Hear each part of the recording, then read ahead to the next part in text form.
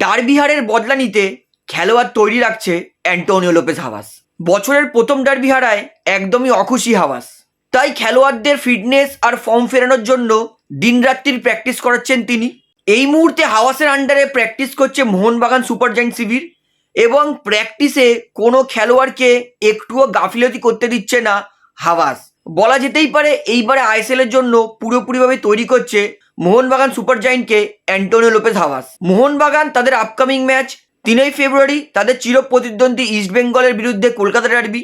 সেই ডার্বিতে যাতে সমস্ত খেলোয়াড় নিজের সেরাটা দিতে পারে সেই জন্য খেলোয়াড়দেরকে কঠোর পরিশ্রম করাচ্ছেন হাভাস। বলা যেতে পারে জেসন কামিংস, আর্মান্ডো সাডিকুর ফিটনেস ফেরানোর জন্য এই দুই খেলোয়াড়কে একদমই স্বস্তি দিচ্ছে না হাভাস। কামিংস আর সাডিকুর নাকে দড়ি দিয়ে খাটাচ্ছেন তিনি। হাভাসের এই কঠোর পরিশ্রম করানোর একটাই উদ্দেশ্য, খেলোয়াড়দেরকে নিজের সেরা ফর্মে ফিরিয়ে আনার। তো দেখা যাক ডার্বির আগে মোহনবাগান দল যে এত কঠোর পরিশ্রম করছে, কলকাতা ডার্বিতে মোহনবাগান আবার জয়ের রাস্তায় ফিরতে পারে কিনা। তো বন্ধুরা, আপনার কি মনে হয় এইবারে কলকাতা ডার্বি কোন দল জিতবে, মোহনবাগান না ইস্ট বেঙ্গল?